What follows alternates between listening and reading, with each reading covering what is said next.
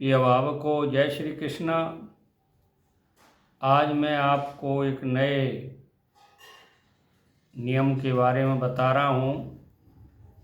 देखिए, जब बच्चे पैदा होते हैं, चाहे लड़की हो चाहे लड़का हो, उनके संस्कार उचित समय पर करने के लिए मैं आपको रोज़ाना एक कड़ी के रूप में बता रहा हूँ। अब देखिए, अगला संस्कार है नाक कान छेदने का। अब देखिए, कुछ लड़कियां नाक छिदवाती हैं या नाक भेदन कराती हैं, कुछ लड़कियां कानों का छेदन कराती हैं, कुछ जगह पर लड़का लड़की दोनों के नाक कान छेदे जाते हैं। उसमें एक धारणा है कि जिसके बच्चे नहीं बचते हैं वो नाक छिदवाते हैं, और पुरुष तो कान सब जगह ही छिदवाते हैं, कुछ इलाकों में नहीं छिदवाते हैं। तो मैं इसके बारे में आपको एक मुहूर्त बता रहा हूँ कि ये काम भी कब करना चाहिए। देखिए, हमारे जो शास्त्र हैं उनमें हर चीज़ के लिए मुहूर्त है। हम उसकी अनदेखी करते हैं तो फिर परेशानी उठानी पड़ती है। इसलिए पहले से ही सावधान होकर के अपने प्रत्येक संस्कार को करने के लिए मुहूर्त की आवश्यकता रहती है। तो मैं आपको उस मुहूर्त के बारे में बता रहा हूँ। देखिए, नक्षत्र कौन कौन सा होना चाहिए।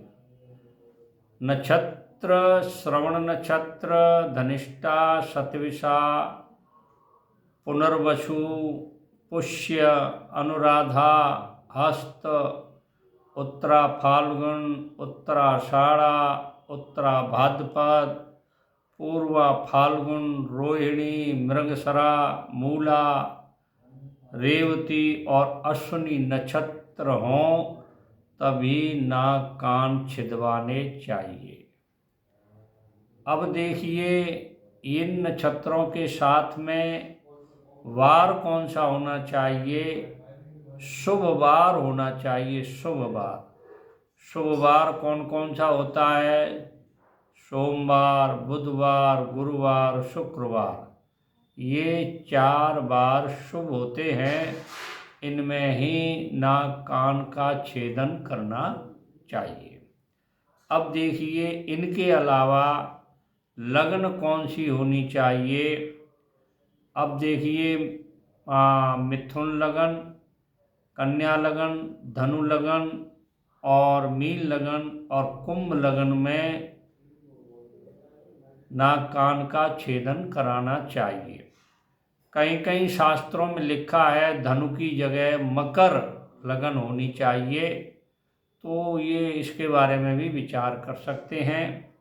महीना कौन सा होना चाहिए। देखिए, शयन मास में कभी भी कान का छेदन नहीं कराना चाहिए।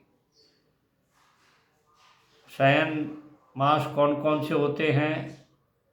आषाढ़ शुक्ल पक्ष की एकादशी से लेकर के कार्तिक शुक्ल पक्ष की एकादशी तक देवों का शयन रहता है। उस समय नाक कान नहीं छिदवाने चाहिए। उसके बाद में कार्तिक शुक्ल पक्ष एकादशी से और आषाढ़ शुक्ल पक्ष की एकादशी के बीच में जो महीने आते हैं, मैं उनको बता रहा हूँ कौन कौन से महीने में कराना चाहिए। चैत्र मास, पौष मास, और इनमें ज़्यादातर ये चैत्र और पौष जो है छोड़ने चाहिए। बाकी महीनों में कान छेदन, नाक कान छेदन कराना चाहिए। अब जैसे मान लीजिए, अपने जो है मिक्सर, माघ, फागुन, ज्येष्ठ, ये महीने बचे हैं तो इनमें नाक कान छेदन का कराना चाहिए।